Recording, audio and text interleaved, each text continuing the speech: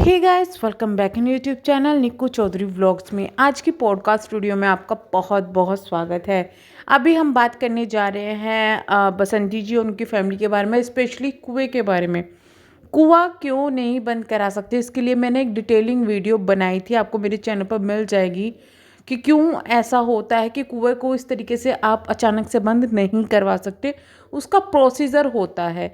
लेकिन कुएं से रिलेटेड आजकल बहुत ज़्यादा बातें उनके चैनल पर हो रही है। उसका रीज़न ये है कि मेनली जो उनके घर में दुर्घटना हुई है, यानी कि दीपक जी की जो मृत्यु हुई है वो कुएं में गिरने की वजह से हुई है। जिसके बाद लोग बार बार उनसे गुहार लगा रहे हैं कि प्लीज़ आप कुआं बंद करवा दो, उनको एडवाइस दे रहे हैं कि आप कुआं बंद करवा दो। इस पर आज उनके बेटे ने आकर सफाई दी है कि आखिरकार वो कुआं क्यों नहीं बंद करवा सकते।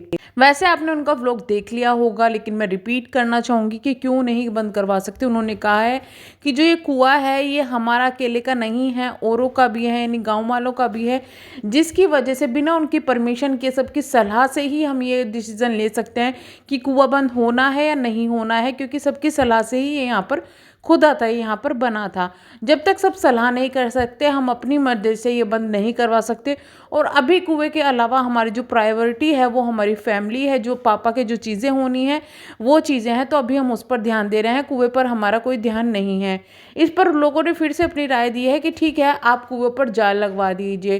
तो वहीं पर मैंने उनके कमेंट सेक्शन में एक कमेंट देखा, जिसको मैं यहाँ पर हाईलाइट करूँगी।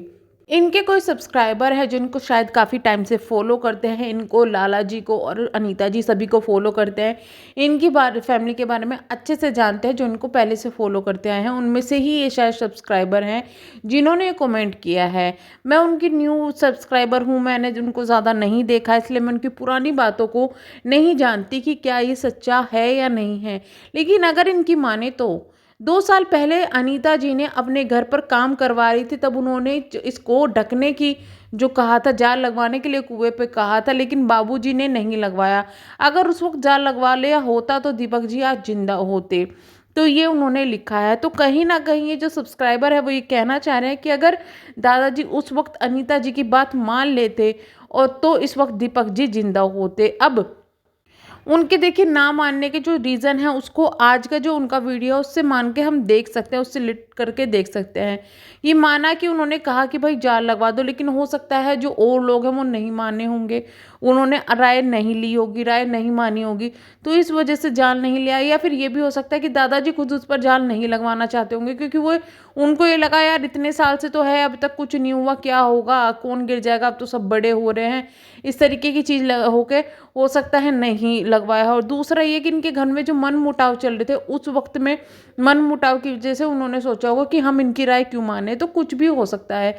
लेकिन जो भी उस वक्त अगर अनीता जी की बात उस वक्त मान ली जाती तो शायद ये बड़ा हादसा जो उनके घर में हुआ है ये टल जाता, ऐसा ना होता।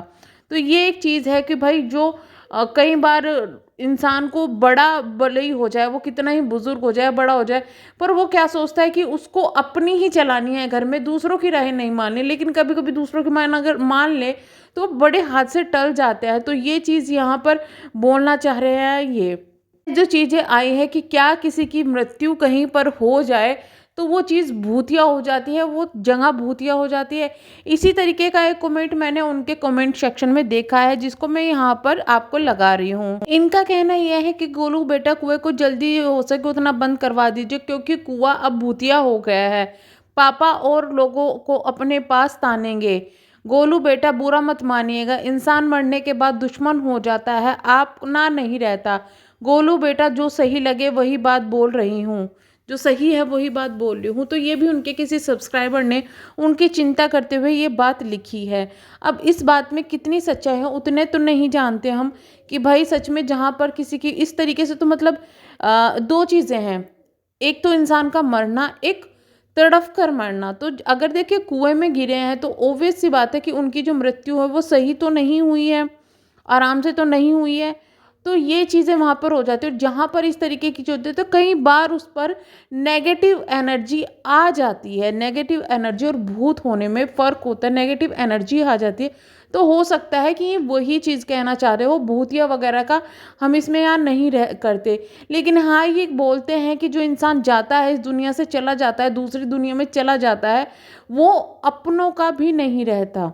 ये हमारे हिंदू धर्म में मानी जाती है, क्योंकि ऐसा कई लोगों ने कहा है कि जब कोई हादसा हो जाता है और सपने में दिख रहे हैं, जैसे वो बार बार आ रहे हैं, तो उस वक्त भी जो है या तो आपको धागा बनवा दिया जाता है या फिर कुछ ऐसी प्रक्रिया करवा दी जाती है। मरने के बाद में उनके सारे संस्कार किए जाते हैं, सब चीज़ें अच्छी तरीके से की जाती है, जिससे कि भाई जो इंसान गया है उसकी आत्मा को शांति मिले।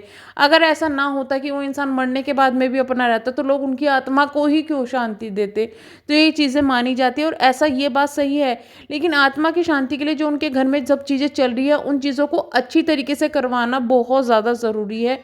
इस बात को नहीं मानते हम कि भूतिया हुआ है या नहीं हुआ है, और उसको बंद करवाने से क्या हो जाएगा, ये चीज़ें मुझे नहीं समझ में आ रही है। हाँ, बंद करवाने से हादसे ज़रूर रुक जाएंगे कि इस तरीके का हादसा दोबारा ना हो।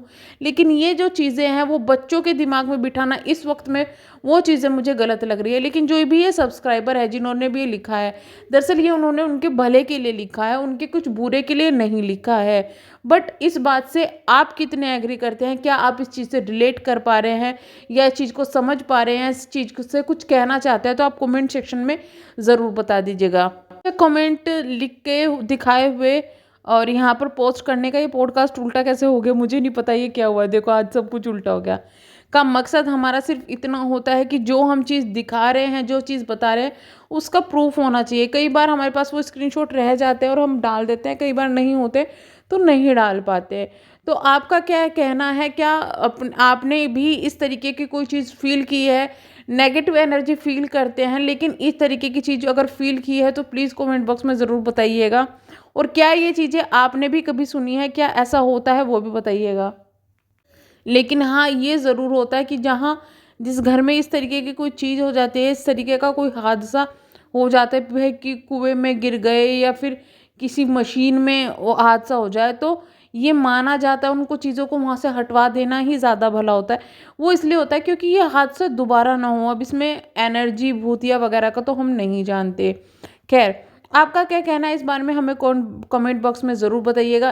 और अगर आपके साथ में भी कुछ ऐसी स्टोरीज़ है जो इस तरीके की कुछ चीज़ हुई है, वो भी आप कमेंट बॉक्स में लिख सकते हैं, क्योंकि वो फिर हम नेक्स्ट वीडियो में आपके लिए पोस्ट करेंगे, जिससे कि कुछ इंटरेस्टिंग वीडियो भी हम आपके लिए ला सके, रियल वीडियोज़ भी आपके लिए ला सके।